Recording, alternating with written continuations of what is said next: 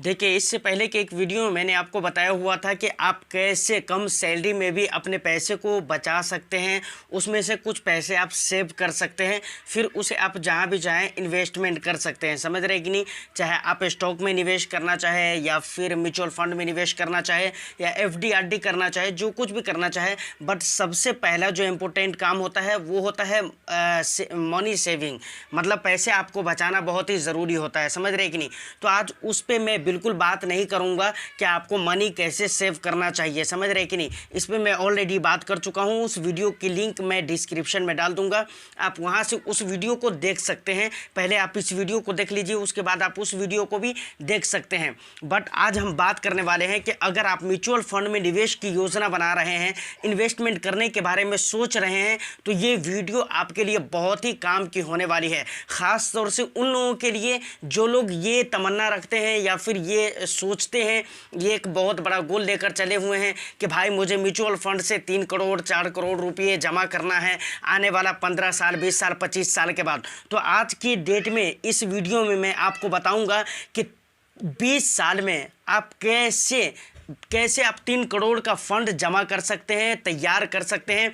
उसके लिए आपको किस तरह के फंड का सिलेक्शन करना पड़ेगा, किस तरह के फंड में इन्वेस्टमेंट करना पड़ेगा, साथ ही साथ इन्वेस्टमेंट का तरीका क्या होना चाहिए। 2 ऑप्शन से आप इन्वेस्टमेंट कर सकते हैं म्यूचुअल फंड में। सबसे पहला तरीका एसआईपी की होती है, दूसरा लमसम की होती है।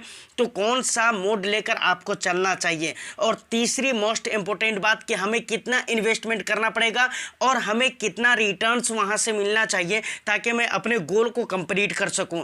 इन तमाम तर सवालों का जवाब आज की इस वीडियो में आपको मिलने वाला है। तो वीडियो बहुत ही इंटरेस्टिंग होने वाली है। एक लाइक तो ज़रूर बनता है। चैनल पे अगर फर्स्ट टाइम विजिट कर रहे हैं तो चैनल को भी सब्सक्राइब ज़रूर कर लीजिए, क्योंकि इसी तरह के इंटरेस्टिंग कंटेंट मैं आपके लिए लेकर आता रहता हूं। देखिए, सबसे पहली बात कि म्यूचुअल फंड में अगर आप इन्वेस्टमेंट करते हैं तो यहाँ पर म्यूचुअल फंड में इन्वेस्टमेंट करना रिस्क से भरा होता है। समझ रहे कि नहीं?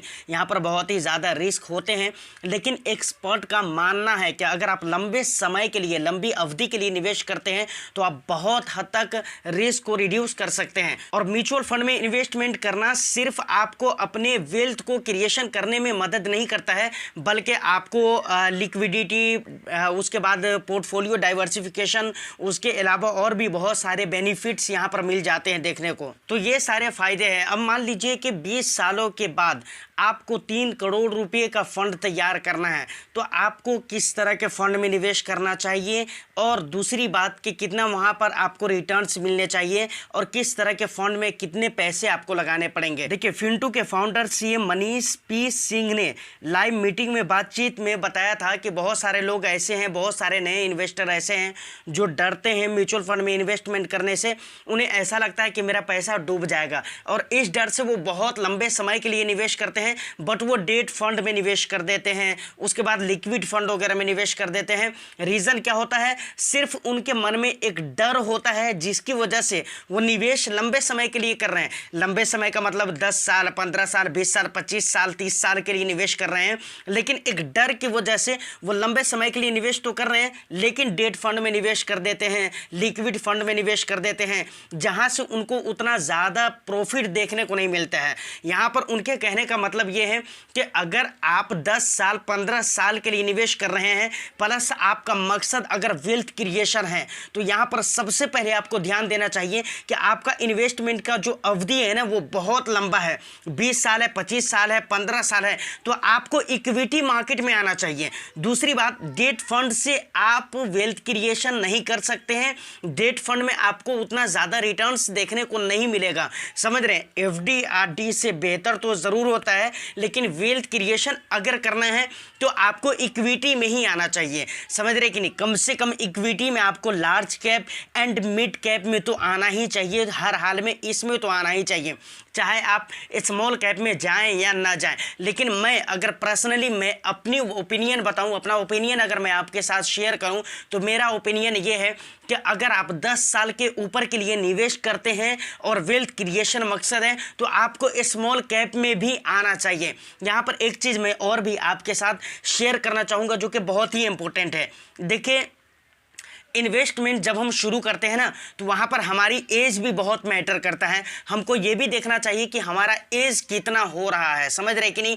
अगर आपकी एज 25 साल 20 साल 30 साल के बीच में है और आप 15 साल 20 साल के लिए इन्वेस्ट करना चाहते हैं, वेल्थ क्रिएशन मकसद है, तो बिल्कुल 100% मेरा ओपिनियन एंड स्ट्रॉन्ग ओपिनियन रहेगा कि आपको स्मॉल कैप में आना चाहिए। लेकिन मान लीजिए आपकी उम्र अगर 45 साल के पार हो चुकी है, 50 साल है, 55 साल है, तो फिर आपको स्मॉल कैप में आना नहीं चाहिए मेरे ख्याल से। और मेरे ख्याल से तब जाकर आपको इक्विटी में भी नहीं आना चाहिए। उस टाइम पे ज़्यादा से ज़्यादा आप लार्ज कैप में आ सकते हैं, बहुत ज़्यादा रिस्क ले सकते हैं, तो उससे ज़्यादा आपको अपने कदम को आगे बढ़ाना नहीं चाहिए। तो यहाँ पर हमारा ये डाउट क्लियर हो जाता है कि हमें किस तरह के फंड का सिलेक्शन करना चाहिए। तो सीए मनी जी के कहने का मतलब ये है कि अगर आपको लंबे समय के लिए वेल्थ क्रिएशन करना है, 3 करोड़ अगर आप बनाना चाहते हैं 20 सालों के लिए, तो आपको इक्विटी मार्केट में आना चाहिए। तो वो कहते हैं कि इक्विटी लार्ज कैप में निवेश करना चाहिए, क्योंकि इक्विटी लार्ज कैप में निवेश लंबे समय के लिए बहुत ही ठीक ठाक होता है। ये फंड बड़े मार्केट कैप या फिर इक्विटी इंडेक्स वाली कंपनियों में अपने कॉर्पस का एक बहुत बड़ा हिस्सा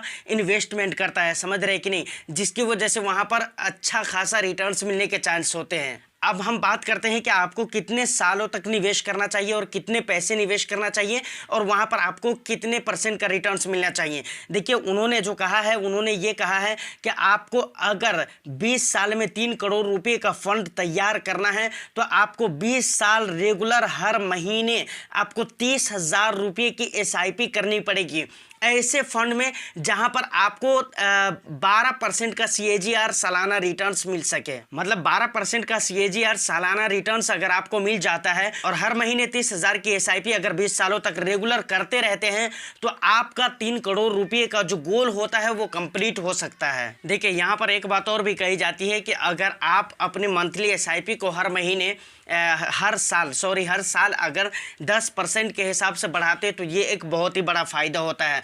और पिछले 10 सालों में लार्ज कैप कैटेगरी ने 10% नहीं बल्कि 13% का रिटर्न्स दिया है, समझ रहे कि नहीं, 13% 13.15% का रिटर्न्स दिया है, जो कि बहुत ही बेस्ट रिटर्न माना जा सकता है। यह सालाना CAGR रिटर्न्स की बात कर रहा हूं मैं। और इसी अवधि में S&P BSE 100 TRI जो कि इंडेक्स है, उसने 13.28% का रिटर्न्स दिया है। वो इन्वेस्टर जो लंबे समय में रिस्क लेना चाहते हैं, समझ लीजिए उनके लिए बहुत ही बेस्ट है, क्योंकि बहुत ही हद तक के रिस्क उनका रिड्यूस हो जाता है लंबी अवधि की वजह से। और ऐसे बराबर कहा भी जाता है कि अगर आपको इक्विटी मार्केट में आना है, तो आपको लंबे समय के लिए ही आना चाहिए, शॉर्ट टर्म के लिए आपको आना ही नहीं चाहिए, क्योंकि शॉर्ट टर्म के लिए आप अच्छा खासा प्रॉफिट सोच कराएंगे, वो तो होने वाला नहीं है, साथ में आपका टाइम भी खराब होगा। और दूसरी बात, हो सकता है कि आपके पैसे भी खराब हो जाए, क्योंकि बहुत मरतबा ऐसा देखा जाता है, जैसे स्मॉल कैप की अगर मैं बात करूं, तो 2-2 साल 2.5 साल तक के पोर्टफोलियो नेगेटिव में शो होती रहती है।